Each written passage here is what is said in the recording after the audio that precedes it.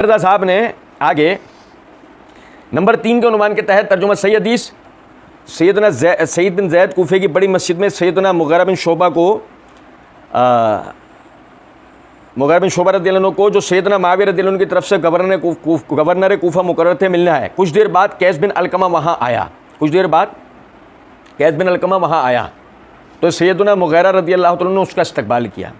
फिर मस्जिद में उसी कैस ने सैयदना अली रज़ियल्लाहु अन्हु को गालियाँ दी तो सैयदना सईद ने सैयदना मुग़ीरा बिन शोबा रज़ियल्लाहु अन्हु को 3 बार नाम लेकर डांटा और फरमाया कि तुम सहाबी की मजलिस के लोग नबी सल्लल्लाहु अलैहि वसल्लम के सहाबी सैयदना अली रज़ियल्लाहु अन्हु को गालियाँ दें और ना तो तुम उनको मना करो और ना ही उनको अपनी मजलिस से निकालो, जबकि मैं गवाही देता हूँ कि मैंने खुद नबी सल्लल्लाहु अलैहि वसल्लम से सुना है कि Abu Bakr, Umar, Usman, Ali, Talha, Zubair, Abdurrahman bin Auf, Saad bin नबी वकास और एक नवा भी जन्नत में है।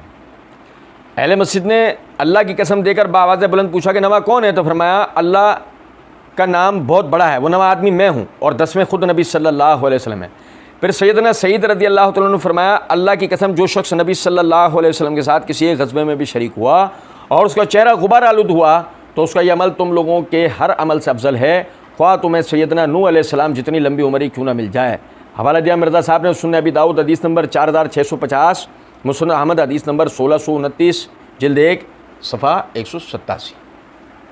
अब देखिएगा ये मिर्ज़ा साहब ने जो अबू दाऊद का हवाला दिया हदीस नंबर 4650,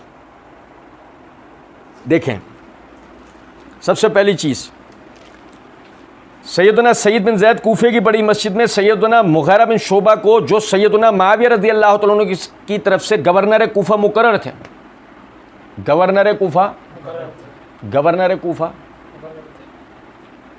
ध्यान में रखिएगा। मुग़ीरा बिन शोबा सहाबी रसूल है, मुआविया सहाबी रसूल है। कूफे के ऊपर मुग़ीरा बिन शोबा को बतौर गवर्नर मुकर्रर किया गया है भाई, तवज्जो सुने। अच्छा, सईद बिन ज़ैद उनसे मिलने के लिए आए। कुछ देर बाद कैस बिन अलकमा वहाँ आया तो सैयदना मुग़ीरा रज़ियल्लाहु अन्हु ने उसका इस्तकबाल किया। यहाँ पे ये ज़रा अरबी में एक लफ्ज़ है, इसको ज़रा समझिएगा। फ़जाअ रजुलुम मिन अहलिल कूफ़ा युक़ालु लहू कैस बिन अलकमा। अहले कूफा में से एक शख्स आया जिसका नाम था कैस बिन अलकमा। नहीं समझे बात? अच्छा, मिर्ज़ा साहब ने तर्जुमे के अंदर ये नहीं लिखा अहले कूफा में से एक शख्स आया जिसका नाम था कैस बिन अलकमा। ये पूरा इतना हिस्सा मिर्ज़ा साहब क्यों पी गए, उसकी एक वजह है। अगर मिर्ज़ा साहब ये लिख देते तो तासुर पता है क्या जाता? सब व शितम की इब्तिदा बनु मैया या अहले शाम की तरफ से नहीं हुई है, अहले कूफा की तरफ से हुई है। सब व शितम की इब्तिदा बनु मैया या अहले शाम की तरफ से नहीं हुई है। कहाँ से हुई है? कूफे की तरफ से। कूफा जो कि दारुल खिलाफा सैयदना अली की तरफ से मुकर्रर शुदा कूफा, जहाँ अली के शिया, जहाँ शिया ने अली बड़ी तादाद में थे, जहाँ शिया ने अली बड़ी तादाद के अंदर हों, वहाँ कोई आदमी अली बिन अबी तालिब रज़ियल्लाहु अन्हु को गालियाँ दे सकता है? लेकिन अगर, क्योंकि तर्जुमा मिर्ज़ा साहब का क्या हुआ, गालियाँ तर्जुमा किया हुआ किसका? मिर्ज़ा साहब का, वो तो भी हम बात करेंगे। अहले कूफा का एक शख्स आता है कैस बिन अलकमा, अहले कूफा जो कि शिया ने अली का गढ़ है बगौल मिर्ज़ा साहब के, वहाँ से आता है। वो अली रज़ियल्लाहु अन्हु पे सब शितम करता है। इतनी जुर्रत उसे कैसे हो जाती है? ये उसी सूरत में मुमकिन है जब शिया ने अली का वतीरा क्या हो, शिया ने अहले कूफा का वतीरा क्या हो कि वो अली पर सब शितम करते हों, वरना जुर्रत नहीं हो सकती थी उसकी। मिर्ज़ा साहब का क्या हुआ तर्जुमा? गालियाँ।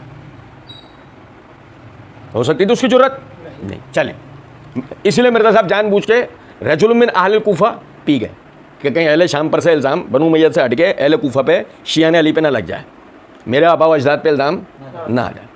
फिर देखें लफ्ज़ क्या है कि फसब्बा, बस उसने अली पे सब किया। और अभी हमने पढ़ा सब के मायने क्या होते हैं?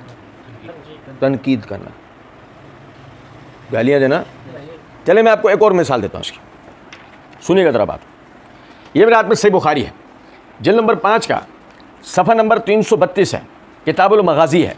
इमाम बुखारी रहमतुल्लाह अलैह ने बाब कायम किया, बाब हदीस बनी नज़ीर। ये नज़ीर ज़ुआत के साथ है, जाल के साथ नहीं है। हदीस नंबर है 4033। अब इसमें अल्फाज हैं कि उमर रज़ी अल्लाह तआला अन्हु के दौरा खिलाफत में एक इख्तलाफ के नतीजे में चचा अब्बास और अमीरुल मोमिनीन अली बिन अबी तालिब रज़ी अल्लाह तआला अन्हु दोनों आए उमर रज़ी अल्लाह तआला अन्हु के पास फ़ैसले के लिए। और फ़ैसले के दौरान में ये अल्फाज हैं, फ़स्तब्बा अलीयुन व अब्बास। फ़स्तब्बा, ये वही सब्बा समझता है, फ़स्तब्बा अलीयुन व अब्बास, तो अली और अब्बास ने एक दूसरे पर सब किया। अब मायने क्या होंगे? गालियाँ दी एक दूसरे को। अली और अब्बास एक दूसरे को गालियाँ दे रहे हैं। अब मिर्ज़ा साहब के हवारियों से हमारा इल्तिमास है, और तुम्हें तो नबी सल्लल्लाहु अलैहि वसल्लम भी माफ़, ये मौला अली का चूरन बेचते हो। और ज़रा सुनो, ज़रा बताओ, अली और अब्बास भी एक दूसरे पर लानत मलाम नाउज़ुबिल्लाह एक दूसरे को गालियाँ दे रहे हैं, या फिर सबका मायने तनकीद करना ही होगा? समझे हैं बात को या नहीं? सुनिएगा ज़रा बात। उसने सैयदना अली रज़ी अल्लाह तआला अन्हु पर तनकीद की नाउज़ुबिल्लाह मिन ज़ालिक, और मिर्ज़ा साहब ने मसला 157 पार्ट 1 के अंदर ये बात कह रखी है, तो तनकीद तो कर सकते हैं ना, तो तनकीद तो कर सकते थे, उसके अंदर तो कोई मसला नहीं था ना। मिर्ज़ा साहब ने सब लफ्ज़ का मायने गाली से, यानी कि मिर्ज़ा साहब ने इस बात का दिफा किया है कि सबके मायने गाली भी हो सकता है। तो इसका दिफा करते हुए मिर्ज़ा साहब ने कहा कि अगर सबका मायने सिर्फ तनकीद ही होता तो तनकीद तो हो सकती है ना, तनकीद तो एक दूसरे पे हुई है, तनकीद में क्या हर्ज था? तो जब सबका मायने गाली हो नहीं सकता, मायने इसका तनकीद होगा, जब तक कोई करीना ना आ जाए, तो उस सूरत में तनकीद तो हो सकती है ना। और ज़रा समझें, मिर्ज़ा साहब के ही ज़बान में अगर बात की जाए, मिर्ज़ा साहब की ज़बान में मिर्ज़ा साहब कहते हैं कि ज़ाहिर जवाब इल्मी दलाइल पर इल्म के मैदान में जज्बात की कोई हैसियत नहीं होती है, फिर नश्तर हाथ में होता है। फिर सर्जन का काम तो ये है कि चाहे कोई शेखुल हदीस लेटा हुआ है, चाहे कोई डॉक्टर लेटा हुआ, वो चीरा लगाएगा, उसको ये नहीं कह सकते यार चीरा क्यों लगाता है, शेखुल हदीस नू अपेंडिक्स करना सी चीरा लगाना पड़ा है। तो चाहे कोई भी बड़े से बड़े कोई बुजुर्ग हस्ती है, जहाँ पे इल्मी दलाइल है वहाँ हम कहेंगे उनसे वो गलती हुई, इस गलती के ऊपर उनकी इल्मी गिरफ्त की जा सकती है। तो मिर्ज़ा जी, अगर आप गिरफ्त कर सकते हैं इल्मी, तो दूसरों को भी तनकीद का हक दें। तो जब आपने समझे ज़रा बात को, जिस तरह आपने मुग़ीरा बिन शुअबा पे तनकीद की, जिस तरह आपने माविया पे तनकीद की, जिस तरह आपने अमर बिन आस पे तनकीद की, उसी तरह इसने कैस बिन अलकमा ने आकर सैयदना अली पर तनकीद की। वो अलग बात है, वो हमारे सामने बैठा होता, तनकीद करता, वो तनकीद लायक जवाब होती, हमसे जवाब देते। और आज भी हम कहते हैं, मिर्ज़ा जी कहीं कहते हैं ना ये नाज़मी, तो हम कहते हैं मिर्ज़ा जी नाज़मी निकालो तो सही ना कोई पाकिस्तान में, और चलो हमारे साथ, गो उसके एक एक एतराज़ का जवाब ना दे दें तो जो चोर काल वो हमारा। और सुने ज़रा बात को, मिर्ज़ा साहब का क्या तर्जुमा, ज़रा गौर कीजिएगा। मिर्ज़ा साहब कहते हैं कि कैस ने सैयदना अली को गालियाँ दी नाउज़ुबिल्लाह। ये हमने समझा कि उसने गालियाँ मायने नहीं होते नाउज़ुबिल्लाह। तो सैयदना मुग़ीरा को 3 बार नाम लेकर डांटा और फरमाया कि तुम सहाबी की मजलिस के लोग नबी सल्लल्लाहु अलैहि वसल्लम के सहाबी सैयदना अली को गालियाँ दें। सुनो ज़रा बात। अब ये यहाँ पे अल्फाज हैं कि डांटा, मैं अल्फाज पढ़ के बताऊँगा। फ़काला सईद मैं यसुब्बु हाज़र रजुल काला यसुब्बु अलीयन, कि ये शख्स किसको बुरा भला कह रहा है? तो मुग़ीरा बिन शुअबा ने कहा अली रज़ी अल्लाह अन्हु को कह रहा है। काला अला अरा असहाब रसूलुल्लाह सल्लल्लाहु अलैहि वसल्लम युसब्बूना इंदका सुम्मा ला तुनकिरू वला तुगय्यर, आपके सामने नबी सल्लल्लाहु अलैहि वसल्लम के सहाबा को बुरा भला कहा जा रहा है और आप उसको रोक नहीं रहे और आप इस पे बिगड़ नहीं रहे। भाई तवज्जो करें, भाईजान तवज्जो कीजिएगा। अब देखें, बनु उमैया के गवर्नर ये कर दिया करते थे, बनु उमैया के गवर्नर ये कर दिया करते थे, बनु उमैया के गवर्नर ये कर दिया करते थे। अगर बनु उमैया के गवर्नर ऐसे ही होते हैं तो बनु उमैया के गवर्नर महज तनकीद करने के ऊपर इसको नहीं टांग देते। आपने कहा ना तो वो मुआविया रज़ी अल्लाह अन्हु के मुकर्रर करदा गवर्नर था। अगर आज़ादी इज़हार राय नहीं होता बनु उमैया के दौर में तो मुग़ीरा जो है वो उनको वैसे ही नहीं टंगवा देते, लेकिन नहीं, उन्होंने उसको बर्दाश्त किया।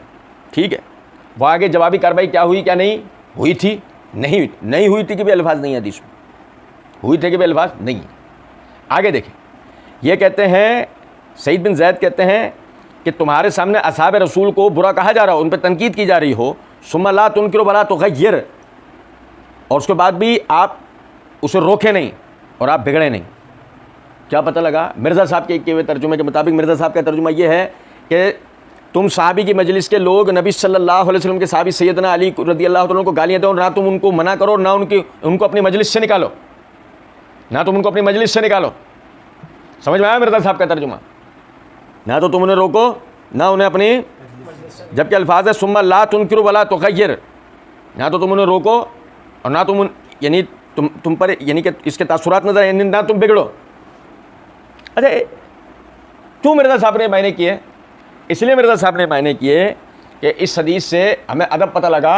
नबी सल्लल्लाहु अलैहि वसल्लम के सहाबा को जब कोई उन पर तनकीद कर रहा हो, उन्हें बुरा कह रहा हो, तो अदब यह है उसे रोका जाएगा। असहाब रसूल पे उसे तनकीद नहीं करने दी जाएगी। सुम्मा ला तुनकिर, तुम उन्हें रोकते नहीं हो, वला तुग़य्यिर। और सहाबा किराम रिज़वानुल्लाह अलैहिम मजमईन पे होने वाली तनकीद पर हमारा मुसलमानों का बिगड़ना, ये इस्लाम के आदाब में से, ये हमारी फितरत में से, इस्लाम की फितरत है। सुम्मा ला तुग़य्यिर, तुम बिगड़ते नहीं उस पर। इसलिए हम कहते हैं हम बेगैरत नहीं हैं। मिर्ज़ा साहब और मिर्ज़ा साहब के अंधे मुक़ल्लिदीन की तरह हम बेगैरत नहीं हैं। हमारे सामने जब असहाब रसूल को बुरा भला कहा जा रहा होता है तो हम बिगड़ते हैं और हम जवाब देते हैं। हम बिगड़ते हैं और हम जवाब देते हैं। समझे ज़रा बात को। वो कहते हैं कि जी 3 दफ़ा नाम लेकर डांटा। अबू दाऊद की रिवायत में ये अल्फाज नहीं है, मुस्नद अहमद की रिवायत में ये अल्फाज हैं, मगर डांटा का लफ्ज़ कहीं भी नहीं है। मिर्ज़ा साहब ने हदीस में घुसड़ा है, डांटा का लफ्ज़ मिर्ज़ा साहब ने हदीस में घुसड़ा है। मिर्ज़ा साहब के हवारियों, मिर्ज़ा साहब के सहूलतकारों को ये हमारा चैलेंज है, डांटा का लफ्ज़ हदीस में निकाल के दिखाएं। और वही बात यानी जो मफहूम तो बनता ना, बेशर्मो तुम मफहूम हदीस बताने के लिए बैठे थे या अल्फाज हदीस? क्योंकि तुम्हारे बाबा जी ने तो ये बात कह रखी है। तुम्हारा बाबा जी मसला नंबर 157 पार्ट 1 के अंदर एक जगह पर कहता है कि उनको कहें हमने ये हदीसें लिख दी हैं, हमारा काम तो यही था। जो शेख ज़ुबैर ने भी आपको नकवी साहब कहा था कि अली का काम था कि हदीसें लिख दी हैं। मैंने फ़हम तो लिखा ही नहीं है इसके ऊपर, मैंने फ़हम तो लिखा ही नहीं है, अल्फाज हदीस लिखे हैं। तो अल्फाज हदीस में कहीं डाटा का लफ्ज़ था? नहीं था ना। तो ये घुसड़ा गया ना इसके अंदर फ़हम। ये फ़हम नहीं था, बल्कि हम इसे कहेंगे ये मानवी तारीफ़ थी। और समझें, फिर उसके बाद वो कहते हैं मिर्ज़ा साहब के अल्फाज कि फिर सैयदना सईद रज़ी अल्लाह तआला ने फरमाया, अल्लाह की कसम जो शख्स नबी सल्लल्लाहु अलैहि वसल्लम के साथ किसी एक ग़ज़वे में भी शरीक हुआ और उसका चेहरा गुबार आलूद हुआ, तो उसका यह अमल तुम लोगों के हर अमल से अफजल है, ख्वाह तुम्हें सैयदना नूह अलैहिस्सलाम जितनी लंबी उम्र क्यों ना मिल जाए। मेरे भाई, मिर्ज़ा साहब के किए हुए तर्जुमे से पता लगा नबी सल्लल्लाहु यानी कि हदीस के अंदर ये बताया गया, नबी सल्लल्लाहु अलैहि वसल्लम के साथ जो किसी एक ग़ज़वे में भी शरीक हुआ हो, हम उसकी बराबरी कितने भी अमाल कर ले नहीं कर सकते, चाहे नूह अलैहिस्सलाम वाली उम्र ले आए 950 साल जो कुरान ने बताई। मिसाल दूं, अबू सुफियान रज़ी अल्लाह तआला अन्हु, मुआविया रज़ी अल्लाह तआला अन्हु नबी सल्लल्लाहु अलैहि वसल्लम के साथ ग़ज़वा हुनैन के अंदर थे।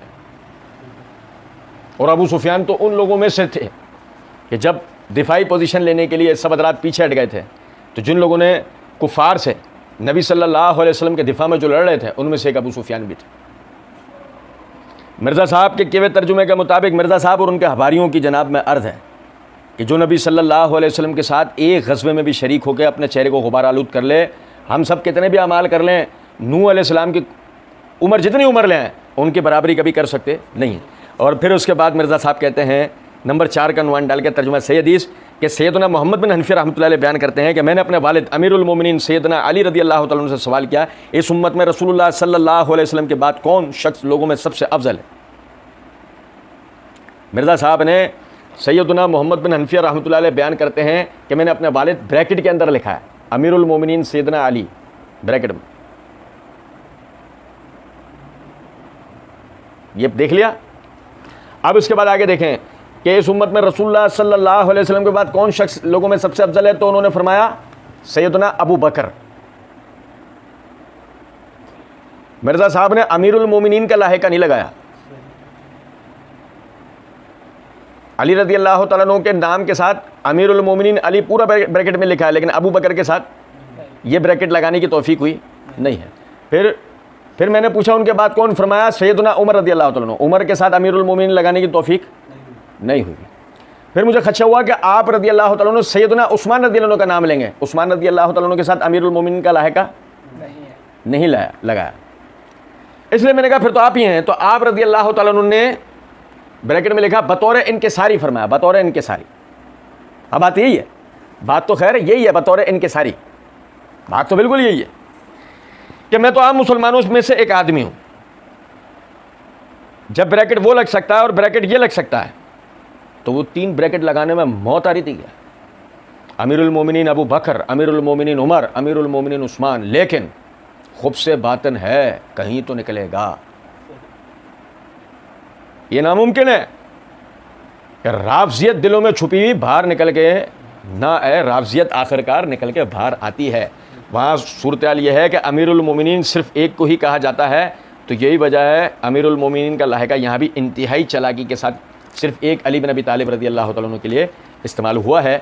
बाकी आइंदा इंशाअल्लाह पढ़ेंगे। वमा अलैना इल्लल बलाग।